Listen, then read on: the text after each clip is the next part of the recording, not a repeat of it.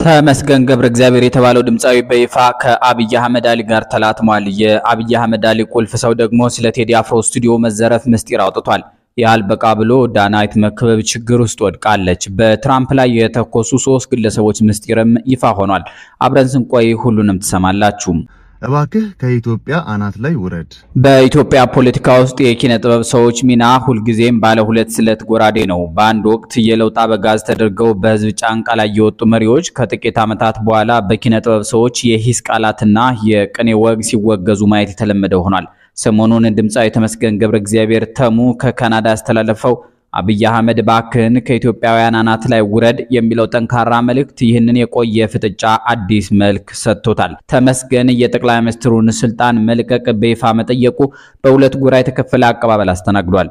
በደጋፊዎቹ ዘንድ እንደ ድፍረት የተቆጠረው ይህ ንግግር በመንግስት ደጋፊዎችና እንደ ናትናኤል መኮንን ባሉ የመንግስት ጋሻዎች ዘንድ ግን የከሰረ አርቲስት ጩኸት ተደርጎ ተወስዷል። ናትናኤል መኮንን እንደሚለው ኢትዮጵያ የተረሳና ህዝብ የጠላው አርቲስት እንደገና ወደ ህዝቡ ለመመለስ ሲፈልግ የፖለቲካና የእምነት ካርድ የሚመዝባት ሀገር ሆናለች። ናትናኤል ድምፃዊውን በህወሓት ዘመን ለደረሰው በደል ዝምታን መርጦ ነበር ሲል ወቅሰዋል። ዘፈኑ ስላልተሳካለት የጠቅላይ ሚኒስትሩን ስም በክፉ በማንሳት ትኩረት ለመሳብ እየሞከረ ነው የሚለው ትችት በኪነ ጥበብ ሰዎችና በፖለቲካ አቋማቸው መካከል ያለውን ጥርጣሬ ያጎለዋል። ድምፃዊ ተመስገን ገብረ እግዚአብሔር ተሙ የተወለደውና ያደገው በአዲስ አበባ ከተማ ሲሆን በተለይም 4 ኪሎ ተብሎ በሚጠራው አካባቢ የልጅነት ጊዜውን እንዳሳለፈ ይነገራል። ለጥበብ ስራ ያለው ፍቅር የጀመረው ገና በልጅነቱ እንደሆነና ለሙዚቃ ስራው መሰረት የሆኑትም በአካባቢው የነበሩ የኪነ ጥበብ እንቅስቃሴዎች እንደሆኑ ይገለጻል። ወደ ሙዚቃው ዓለም በስፋት ብቅ ያለው በ1990ዎቹ መጨረሻና በ2000ዎቹ መጀመሪያ አካባቢ ሲሆን በራሱ ስም የተሰየመው ተመስገን የተባለው የመጀመሪያ አልበሙ ለዝና እንዲበቃ ረድቶታል። እንደ ሳላውቅሽ፣ ወይዘሪትና አይዞሽ ያሉ ዜማዎቹ በወቅቱ በሬዲዮና በክለቦች ውስጥ በስፋት ይደመጡ የነበሩ ሲሆን ተመስገን ድምጻዊ ብቻ ሳይሆን ለራሱም ሆነ ለሌሎች ድምጻውያን ዜማዎችንና ግጥሞችን በመድረስም ይታወቃል። በአሁኑ ወቅት ተመስገን ከሙዚቃ ስራው በበለጠ በፖለቲካዊ አቋሙና በወቅታዊ የኢትዮጵያ ጉዳዮች ላይ በሰጣቸው ጠንካራ አስተያየቶች በሶሻል ሚዲያ ላይ በስፋት እየተነጋገሩበት ይገኛሉ። በተለይም በካናዳ ሆኖ በጠቅላይ ሚኒስትር አብይ አህመድ መንግስት ላይ የገለጸው ግልጽ ተቃውሞ እያነጋገረ ቀጥሏል። በእርግጥ ከዛሬው ተመስገን ገብረ እግዚአብሔር ጩኸት በፊት ገና የለውጡ ማግስት በ2011 ዓ.ም የአብይ አህመድ አሊን መንግስት በቅኔ ሞገተው ጌትሽ ማሞ ነበር። ጌትሽ በወቅቱ ሳቢው በሚለው ዜማው ቢፈርስ ኢያሪኮ የክፋቱ ግንብ ተለያይቶ አደረ የኔና አንቺ ልብ በማለት የቲም ለማን መፍረስና የኦሮማራ ጥምረት መላላትን ቀድሞ ተንብዮ ነበር። ጌትሽ ቀድሞም ቢሆን ኢህአዴግን በተቀበል ዜማው ሾጋ የቆየ ቢሆንም በጓደኛው በጠቅላይ ሚኒስትር አብይ አህመድ አሊ ላይ የነበረው ተስፋ መክኖ ዛሬ በአሜሪካ ታክሲ ነጂ ሆኖ ይገኛል። በ2014 ዓ.ም ህወሓት ወደ ማል ሀገር እየገሰገሰ በነበረበት ጊዜ ታሪኩ ካንጋሲ ወደ ግንባር አትሄዱ ሰላም ይውረድ በማለት ያስተላለፈው መልእክት ትልቁ ውዝግብ አስነስቶ ነበር። በወቅቱ ሀገሪቱ በህልውና አደጋ ውስጥ ያለች እንዲህ ያለ ንግግር ማድረግ ከዳተኝነት ነው ያሉት ወገኖችና የሰላም ጥሪ ነው ያሉ የዲሽታ ጊና ደጋፊዎች እስከዛሬ ድረስ በሁለት ጽንፍ ቆሟል። በሌላ በኩል አቡሽ ዘለቀ በአንድ ወቅት እንደገና በሚለው ዜማው ለውጡን ቢያወድስም በኋላ ግን በዝምታና በተዘዋዋሪ ሂሶች መንግስትን መራቅ መርጧል። ቴዲ አፍሮ በበኩሉ ከያመመው መጣ ጀምሮ እስከ ሰሞነኛው ኢትዮሪካ አልበሙ ድረስ ባሉት ስራዎቹ መንግስት በታሪክና በማንነት ዙሪያ የሚከተለውን መንገድ በግልጽ ሲሞግት ቆይቷል። ከነገራችን ጋር የቴዲ አፍሮ ስቱዲዮ መዘረፍና በዙሪያው ያሉ አነጋጋሪ ጉዳዮችም ቀጥሏል። በኢትዮጵያ የሙዚቃ ኢንዱስትሪ ውስጥ ግዙፍ ስም ያለው የድምጻዊ ቴዎድሮስ ካሳሁን ገርማሞ ቴዲ አፍሮ ስቱዲዮ ተሰብሮ ንብረት መዘረፉን ተከትሎ በጉዳዩ ዙሪያ ያሉ እውነታዎችን አስመልክቶ ናትናኤል መኮንን ከባለድርሻ አካላት አገኘሁት ያለውን መረጃ ይፋ አድርጓል። ናትናኤል መኮንን የህግ አካላትንና የአርቲስቱን የቅርብ ሰዎች በማነጋገር አጠናቀርኩት ባለው መረጃ መሰረት በስፋት ሲወራ የነበረው ቴዲ አፍሮ በህግ ይፈልጋል የሚለው ወሬ መሰረት የሌለው መሆኑን ፖሊስ ማረጋገጡን ገልጿል። አርቲስቱ ሐሳቡን በነጻነት የመግለጽ መብቱን ተጠቅሞ የተናገራቸው ንግግሮች በወንጀል የሚያስጠይቁ እንዳልሆኑ ተመልክቷል። ናትናኤል መኮንን እንደገለጸው ከአዲሱ አልበም በፊት ጋዜጣዊ መግለጫ እንዳይሰጥ ተከለከለ ተብሎ የተሰራጨው ወሬም ሙሉ ለሙሉ ሐሰት ነው።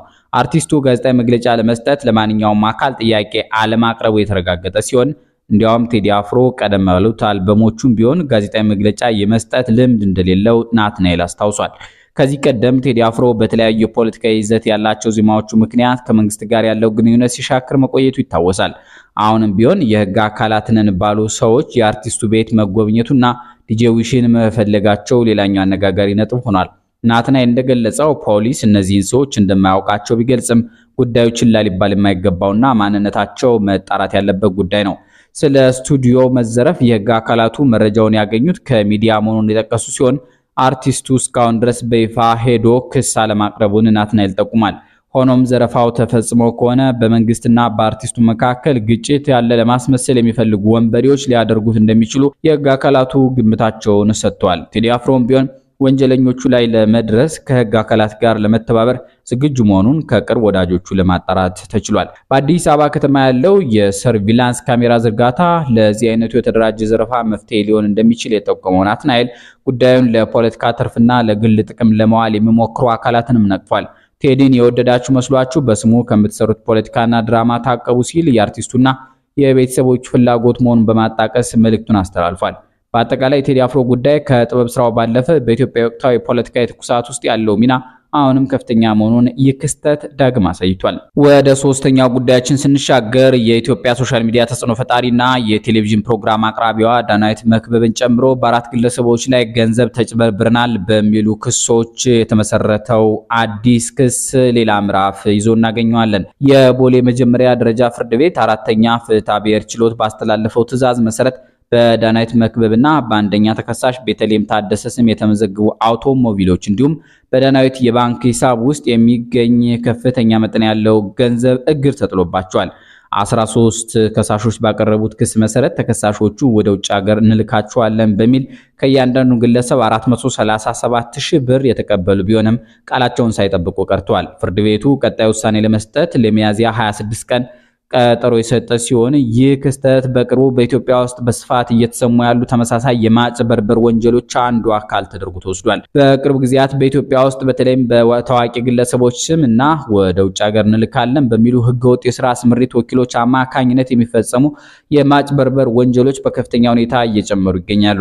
ባለፉት ወራት ብቻ በርካታ ወጣቶች የካናዳና የአውሮፓ ቪዛ እናመቻቻለን በሚሉ ደላሎች በሚሊዮን የሚቆጠር ብር ተበዝብዘው ጉዳያቸው በፍርድ ቤት እየታየ ይገኛል። በተጨማሪም የተለያዩ የኦንላይን ንግድና ቀላል ትርፍ የሚያስገኙ የኢንቨስትመንት አማራጮችን በመጠቀም የሚፈጸሙ የዲጂታል ማጭበርበሮች የበርካታ ዜጎችን ጥሪት እያሳጡ ነው። አንዳንድ ታዋቂ ግለሰቦች ወይም በትብብር ለህገወጥ ድርጅቶች ማስታወቂያ መሆናቸው በደጋፊዎቻቸው ላይ የሚደርሰውን ጉዳት አሳሳቢ አድርጎታል። ይህ በዳናዊት መክበብ ላይ የተጀመረው የህግ ሂደት ታዋቂነትን ከኃላፊነት ጋር ማጣመር እንደሚገባና ዜጎች መሰል የውጭ ሀገር ጉዞ ጥያቄዎችን ሲያስተናግዱ ጥብቅ ጥንቃቄ ማድረግ እንዳለባቸው ትልቅ ማሳሰቢያ ሆኗል። ለስንብት የመረጥነው ትራምፕ በጥቂት ከሞት ያመለጡበትን አጋጣሚ ነው። በአሜሪካ ፖለቲካ ውስጥ ጥቃት እንደ መፍትሄ እየታየ የመጣበት አደገኛ ዝንባሌ ዳግም አገር አቀፍ ድንጋጤን ፈጥሯል። ሰኞ ዕለት ልጆችን ሲያስተምር የነበረ መምህር ቅዳሜ ዕለት በፕሬዝደንቱ ላይ ጥይት እስከ መተኮስ የደረሰበት ምስጢር የብዙዎችን ጥያቄ ጭሮ ይገኛል። የ31 ዓመቱ ኮል ቶማስ አለን የቶራንስ ካሊፎርኒያ ነዋሪ ሲሆን በታዋቂው ካልቴክ ዩኒቨርሲቲ በሜካኒካል ኢንጂነሪንግ ተመርቆ በኮምፒውተር ሳይንስ የማስተርስ ዲግሪውን የያዘ ከፍተኛ ምሁር ነው። በሲቱ ኤጁኬሽን ውስጥ በትምህርት አሰልጣኝነት ሲሰራ የቆየው ወጣት የታህሳስ ወር 2024 የዓመቱ ምርጥ መምህር ተብሎ እስከ መመረጥ የደረሰና ወላጆች ልጆቻቸውን በልበ ሙሉነት የሚያስረክቡት ሰው ነበር። ኮል ቶማስ አለን በፖለቲካ ረገድ የተመዘገበ የፓርቲ ምርጫ ባይኖረውም በጥቅምት ወር 2024 በአክት ብሉ በኩል ለካማላ ሃሪስ የምርጫ ቅስቀሳ $25 እርዳታ ማድረጉ ታውቋል።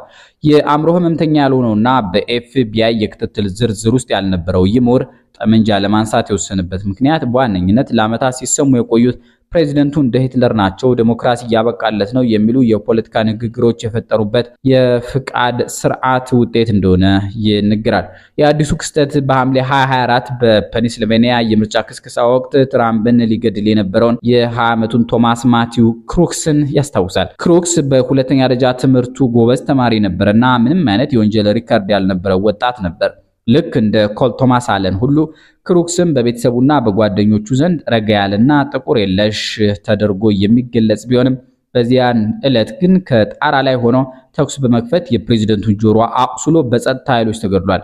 ክሩክስም በ17 ዓመቱ ለዲሞክራቲክ ፓርቲ ደጋፊ ተቋም $15 እርዳታ አድርጎ እንደነበር ይታወሳል። ከክሩክስ ቀጥሎ በሴፕቴምበር 2024 በፍሎሪዳ በሚገኘው የትራምፕ የጎልፍ ሜዳ አቅራቢያ በAK-47 ጠመንጃ ተደብቆ የተገኘው የ58 ዓመቱ ራያን ዊስሊ ራውዝ ሌላኛው ተጠቃሽ ነው። ራውዝ ከወጣቶቹ በተለየ የፖለቲካ እንቅስቃሴዎች ውስጥ በስፋት የሚታወቅና በተለይም ስለ ዩክሬን ጦርነት ከፍተኛ ስሜታዊነት የነበረው ሰው ነው። ራውዝ ቀደም ሲል ትራምፕን ይደግፍ የነበረ ቢሆንም በኋላ ግን እንደ ጠንካራ ተቃዋሚነት ተቀይሮ ትራምፕን መግደል የሞራል ግዴታ ነው የሚል ጽሑፍ እስከ ማዘጋጀት ደርሶ ነበር። እነዚህ ሶስት ግለሰቦች የተለያየ እድሜና የትምህርት ደረጃ ቢኖራቸውም የሚያመሳስላቸው አንድ ትልቅ ነጥብ አለ። ሶስቱም በፖለቲካ ንግግሮች የተቃኙና ጽንፈኝነትን እንደ ብቸኛ አማራጭ የወሰዱ መሆናቸው ነው። በተለይ እንደ ኮል ቶማስ አለን ያሉ የአካዳሚክ ልሂቃን እንዲህ ያለ እርምጃ መግባታቸው በአሜሪካ ፖለቲካ ውስጥ ያለው የቃላት ጦርነት ወደ ተግባራዊ ጥቃት እየተቀየረ መምጣቱን የሚያሳይ አሳሳቢ ምልክት ሆኗል። እናንተ ምን ትላላችሁ? ከኢትዮጵያ እስከ መላው ዓለም የተከሰቱ ሁኔታዎችን ያስቃኘንበት ዝግጅት ተጠናቋል። ሰናይ ጊዜ